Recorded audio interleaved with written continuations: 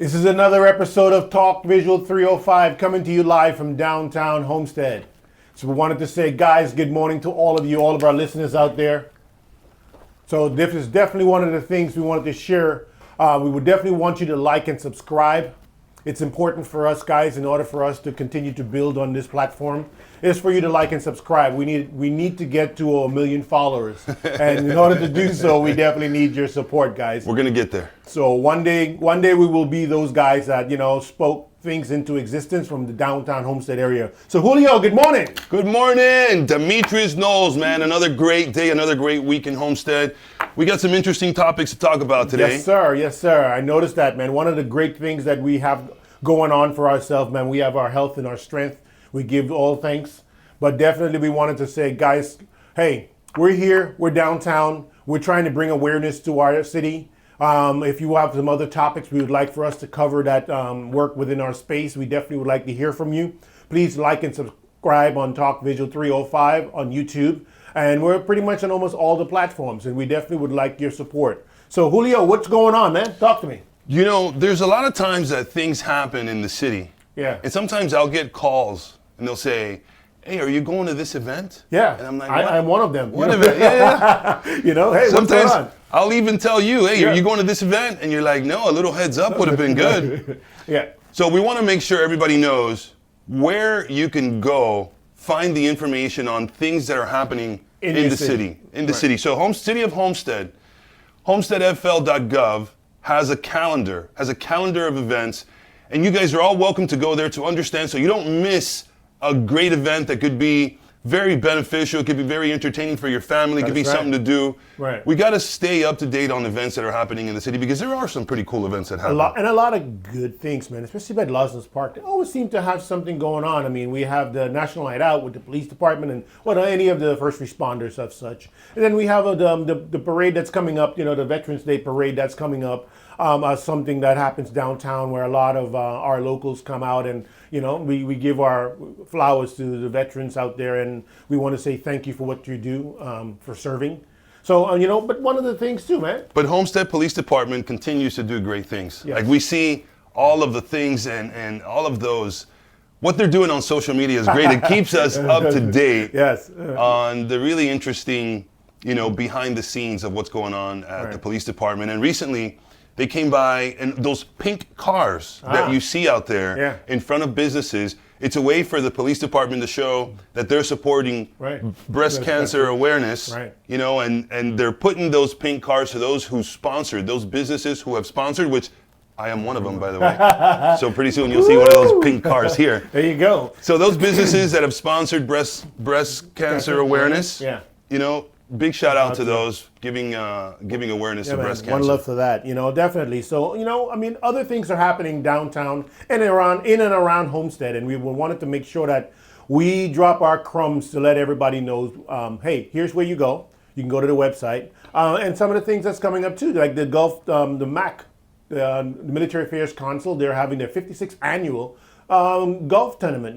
Typically we have about, I would say about 100 players, 120 or more players, so it's a fun-filled event for the military as such, and for their, for the retiree, anyone that was in that space. Are you a golfer?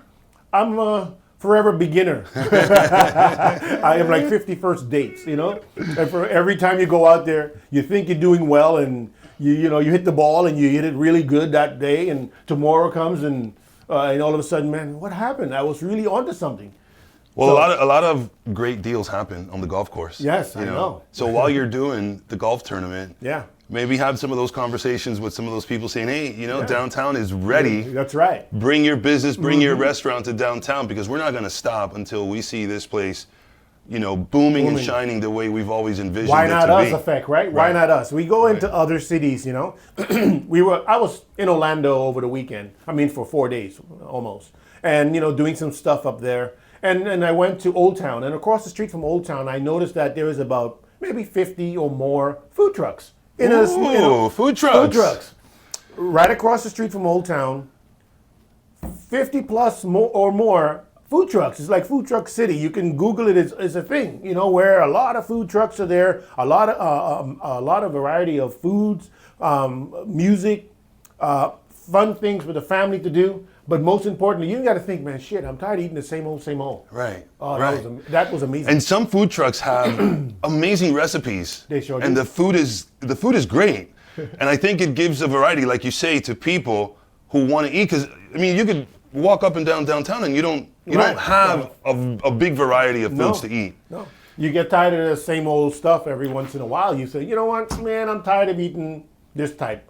I would like to try something new. And there's, Homestead being an international flavor pot. Yeah. So you can have food from anywhere in the world right here in Homestead. So Julio, what else is going on, well, man? Staying on that food truck topic, man, Sir. we brought legislation, we brought policy to the city of Homestead where people can bring food trucks to the city of Homestead, because back in the day, you only saw food trucks at events. Right. Whether it was in downtown Homestead or it was at some other event, Eats and Beats. But now, anyone with a food truck can be in the city of Homestead in a permanent place. Permanent. No way. So a lot of people didn't know, because this pilot program, which the city has been, it started back in 2023, right? Right. So we're starting to see food trucks in certain places, throughout the city. Okay. But since it's a pilot program, there are some rules and regulations that, hinder it from becoming the program that we envision it to see, like something similar to O-Town. Right. So the rules are, you can only have one food truck per 5,700 square feet, right? Right. So it was established where you can have 4 food trucks per half an acre. Right. Right? And a half an acre is just around 22,000 square feet. Right. So if you find a vacant lot or a parking lot, you've got to, prorate that square footage to have. So I've seen food trucks at the Lowe's. Right. At the Lowe's parking lot. I see it was like an hibachi, something like that. Hibachi. They've got an egg roll one there. The egg rolls are really good. The hibachi is amazing too. Okay. They've got one over at Sedano's that I've seen. Yeah. But notice that they're not allowing tents or chairs I noticed and tables. Well, because I saw the one by Sedano's and they had it up. And they had tents and chairs. And, well, if you have clients, your patrons are there waiting for something. They're sitting there standing in the sun typically, right? Right. And they have nowhere to sit. Is there a reason for that? Well, the city doesn't want to devalue the area where these food trucks are. So if you have some makeshift tent and you've got some really inexpensive looking tables and chairs that doesn't add value and it doesn't look aesthetically pleasing, the city doesn't want that. So it's not allowed. Okay. But if enough of the food trucks get together and they say, hey, some of the people that come and want to eat our food, they'd love to dine next to the food trucks if it's an environment. So I have a question for that. So why not tell us what you can do? You can have a food truck. You can have a food. You can have it there 24 hours. I'm saying that for the city mode, right? If I'm waiting around at your store and you have no sitting room, typically you're going to lean up. Either you have to bring out a temporary chair because you have a senior there, or you have someone with ADA situation going on. Why not? Why not say you can't have this type of chair, but here's a list of things you can put out there that's compliant, right? Versus saying it's not available. Well, again, the city established this as a pilot program, and right now what it's designed to do is basically like a takeout. Okay. Right? But I think to really enjoy a good experience with food trucks, there's got to be a place to sit. And the city could create some design guidelines. Okay. Your tent has to be up to this compliant. That is correct. Or you got to have these type of tables and chairs. You can go up from there, but there's got to. I think the city should consider. Right. Now I'm dealing with a particular food truck park because there hasn't been a park in Homestead where you've got a real half acre and you can have four food trucks in one place. So you can get as close to what you experienced at O-Town, right? Yeah, they have it mapped out. They have even paid parking if you want VIP parking. That's probably a thing too. But at the end of the day, I'm a guy that says, how can I get it done? Yeah, I'm a glass half full type of person to where I see it. Okay, tell me what I can do to make it happen, not what's not possible. Well, this is where my frustration comes in, because I've been to the city, I've had meetings with the permitting department, the planning department, and they just make it impossible. They make it impossible. Even to this day. Even to this day. It's impossible. Like, we've been working on this particular food truck park Okay. for over a year. And I'm like, man, this is simple stuff. People go to food truck parks all the time. All the time, you know. And then the only way you get it done is you've got to get the policy changed. Right. It's the only way you're going to get things Well, they done. need to modernize some stuff, right? I mean, if you build it and they shall come mindset, but when you build it and they refuse to come, or you have this clog in the pipe, as we say, right? At some point, you got to put the right Drano down there to figure out what's clogging the pipe from growth.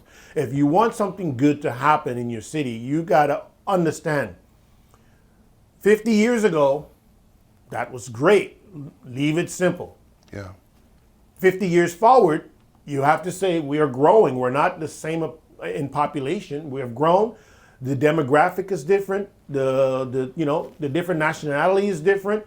We have to understand. We need to put in play certain things that's going to make the change to make the city become. I want to live there. I want to invest there. And I want to do my business, you know what I mean? Or buy and shop there. I'm sure, Demetrius, over the last, let's say, 10 years, the biggest, or one of the biggest gripes you hear in Homestead is there's not enough places to eat. Yes. You got to go up to Kendall. Yeah. You got to go up to Doral. Every you got to go down every to the weekend Keys. I'm having that problem still. So understanding that there is not enough places to eat, and this is a way to introduce another variety of foods and selections. You know, when we were starting and having the discussion about bringing food trucks, there was pushback because some people feel that it's not fair. You know, you've got brick and mortar that are paying high fees to be there, whether it's rent, whether it's a mortgage, whatever the taxes that they pay.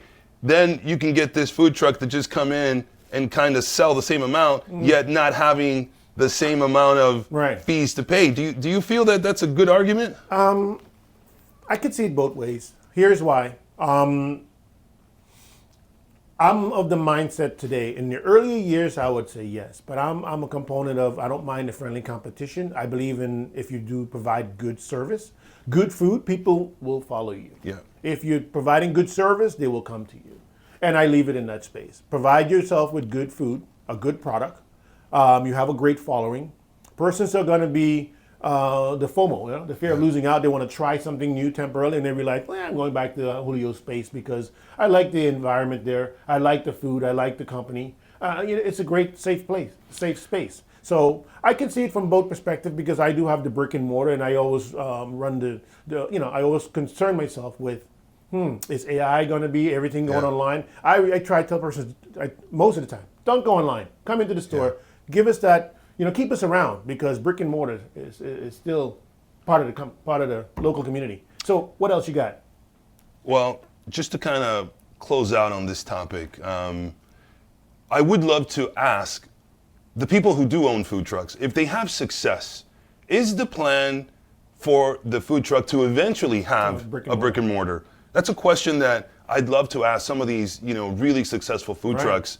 And then, that is an entry point into a market which, they may not know. Like a lot of people might say, downtown, the demographics may not be what we are considering for a brick and mortar, but you know what? We'll give a food truck and see how that goes. See how the market reacts to our food, and then if we see good turnout, then we might go ahead and start a brick and mortar. So I'd love to.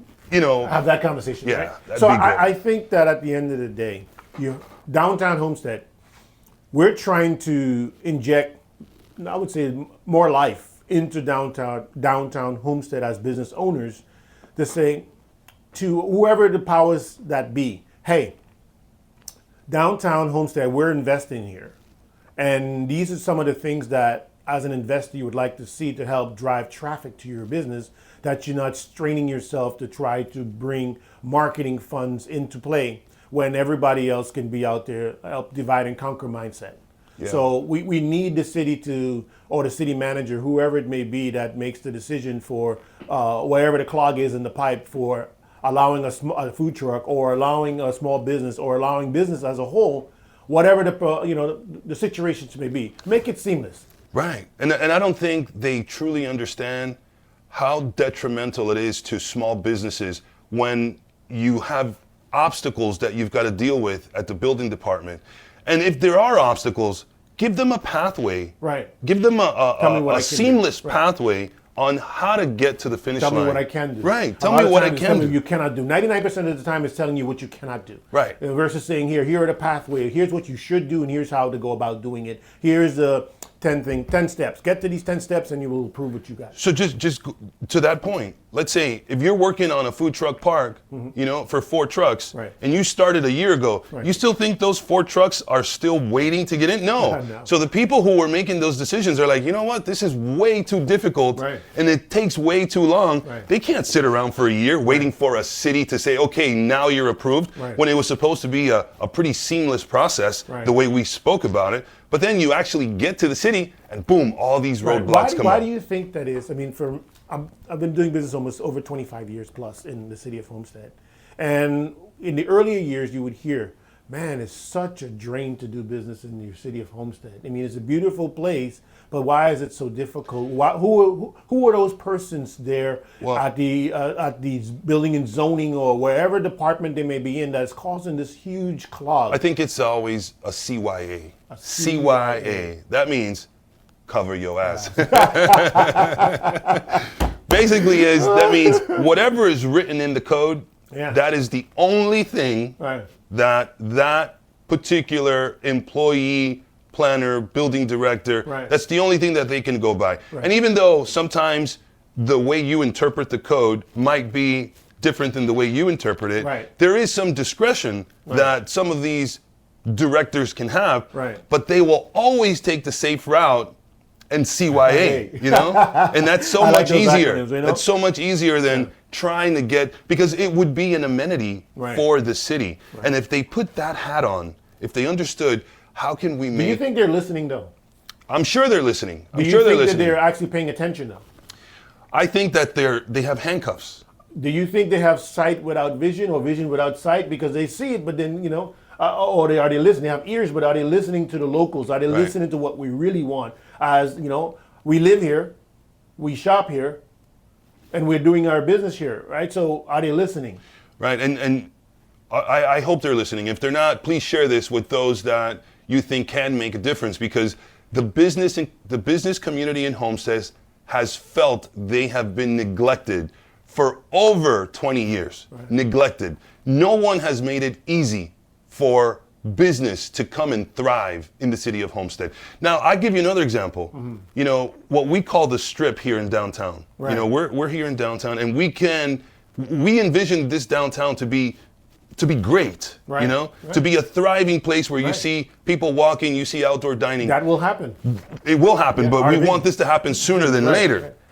Now, the people over at Sushi Saki, which is where the bistro used to be, I heard there was talks that they could come onto the strip at that place, one of the vacant spaces here in downtown.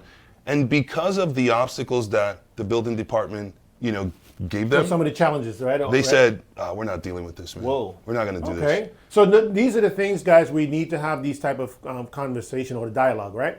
To where we say, we're here. They're going to say, but why are you doing business here if it is so hard or so difficult? We're trying to modernize our area where we are. We're trying to bring things here that's not here. We're not 50 years ago, but we're still here doing business. We still believe in our city. We didn't say, you know what? I think it'd be best if we take our business somewhere else and do it from a different space. Pay our taxes somewhere else. And don't you think that although the city is a government, every time you consider something that deals with government, it's gonna operate much slower. Much slower. It takes a lot more time, right? I think that has been the mindset from the inception. But why can't that change? That is true. I would like to see those. Why can't that change? With the way technology is moving at lightning speed, why can't we find efficiencies in making the process a lot simpler for the business owners? Business owners are the ones that employ. They employ people. They pay high taxes. Yes, sir. They pay high taxes to be here. But they have all of these challenges, yet the city makes it a little more difficult to expand, to progress. Right. You can't even have any signs out there. Tell me about it. I have 2 offices in Homestead. You can't have any signs outside of your place. I have 2 brick and mortars here in Homestead, and two of the most expensive side of Homestead I'm in, and I feel the pinch. I mean, we try our best to kind of take it day by day and hope for change, for things to happen. Hopefully the younger generation that's coming in will say, you know what, let's make this seamless. We have this individual who's going to be here, and we need to drop a dime in his ear and say, listen, you are now here. You are the guy that makes the decision.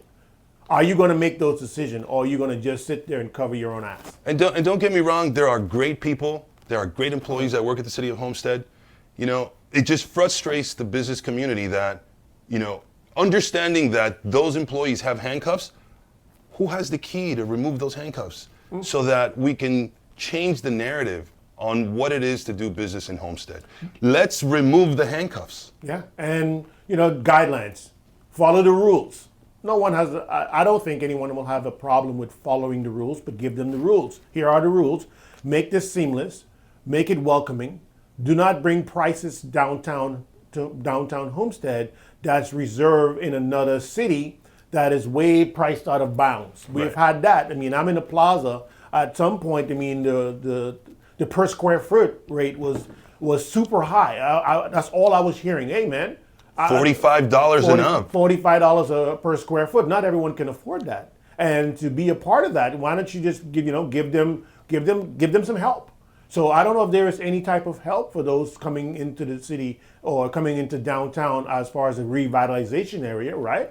There should be some type of help, some type of funding that the city has as earmarked for that.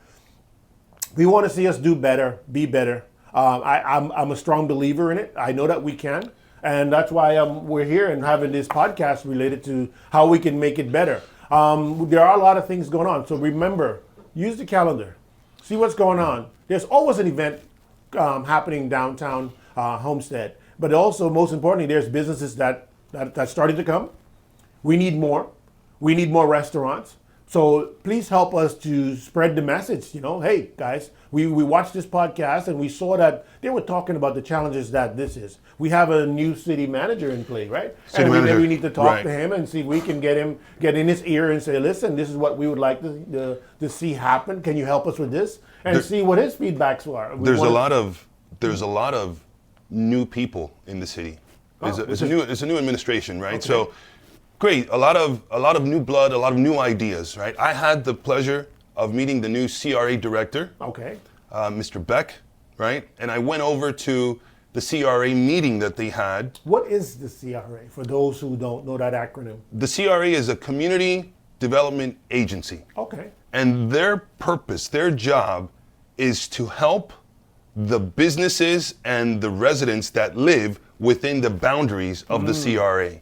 So they've got funds allocated to help, so if there's an area that's got a lot of blight, it's not appeasing to the eye, they can help with curb appeal, and they could help that specific geographic area look a lot nicer. They are also the ones that have monies for the people who want to come to downtown. Whoa. Those businesses. Wait a minute. Repeat that. Those businesses that want to come to downtown, the CRA has money to help you establish your business. So if you've got a great concept, let's give an example. The grease trap for a food place. A grease trap. Grease trap has been the biggest topic. Those things now cost, I don't know, $40,000, $50,000, $60,000, right? So another interesting topic that we discussed during that meeting was, I said, I'm in downtown. I'm in the heart of downtown. Why do I not have the option to have fiber? Right. To have a fiber connection? And I said, they were giving us a schedule of when they are going to upgrade. They're going to upgrade the sewer system, the water and sewer system in the downtown area, because they're at capacity. So no new businesses can enter now, but they're going to upgrade that so that they can allow new businesses to come in. So they're going to rip up the street. It's going to be pretty messy here for a little bit, and they're going to do it in phases, right? So there was other business owners there saying, how is that going to affect our business? For example, Albert with the barber school, right? He says, how is that going to affect our business? Well, the road is going to be closed, but people are still going to have access to your place. And then I said, well, if the roads are going to be dug open, right, that's the perfect opportunity to lay some fiber. Make it current. Right. Make it current. Upgrade the system. And sometimes they don't think about those things. But make it fair play too, because you don't just want to make upgrades, but then it's only one. Right. Make it fair for all parties involved. Well, I asked the question straight up. I said, hey, Demmetrius has been talking for years about why he cannot have fiber in downtown. And the city's always given you a little pushback, or they've given you vague answers, right. And you can have fiber whether it's above ground or underground, but underground is always going to be better because it's not subject to the weather and things like that. Right. So the assistant director, Leslie, she said she's going to look into it and find out where we stand with fiber in the city of Homestead. Because again, if you want fiber, and help people understand how fiber is different. Different than fiberglass, right? Pretty much I don't want to make it too geeky or technical. Fiberglass is only you on that line. So from uploading your stuff and downloading your stuff, the speed is the same. So when I'm on Comcast here, right? We're streaming live through Comcast, right? Yeah. So that means there are multiple people on this same line. Correct. You're sharing it. That's part of their group, right? You share their group. You share that system. I mean, I'm keeping it simple, but at a certain time of the day, this network slows down with coax or cable. With fiber, it's glass. It's only you on that line. My dedicated line. Your dedicated line. That's what I want. I want the option to have that. Same speed up, same speed down. And then also, it gives you the benefit of knowing that I'm paying for the best. Right. And giving you a playing field where, hey, give my clients options. Now, is fiber a lot more expensive than Not at all. cable? Not at all. Not at all. Not at all. You pick one. Fiber. Remember, internet is about one thing: slow or fast. If you want faster speed, you pay more. The faster you go, the more you pay. But it's not astronomically more expensive. 160, 150, 120 approximately. I mean, you're looking in the same space for business. Residential fiber it's a lot different. There's a lot of things tied. You can have converge where you can connect your wireless stuff to your cell phone and make it a discount because you have all in one pot. But there are so many options available to you. Okay. So it'll be interesting to see if we can get fiber all over downtown. This is downtown.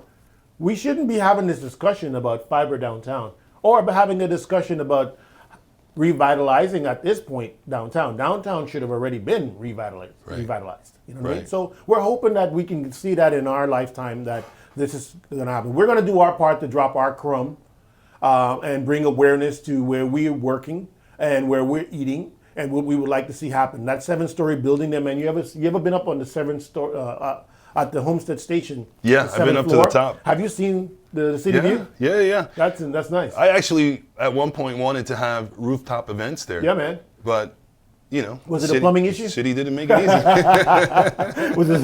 Was it a plumbing issue? But at the end of the day, you think about this stuff and say, you know what? That's 7 stories of a building, and you can almost see the city is flat. There's no mountains here, so you can almost at night, man. The city light becomes beautiful. So if any of you haven't taken the trip over to the city of Homestead, down the Homestead Station, go up to the 7th floor, man. I mean, if they allow you to, you can actually take a city view, and you can see some nice stuff and have a nice getaway. So, Demmetrius, shifting gears a little bit. Yeah. A little bit later, you and I are going to go to our Rotary meeting. Yes, sir. We're part of a very prestigious organization called the Homestead Rotary.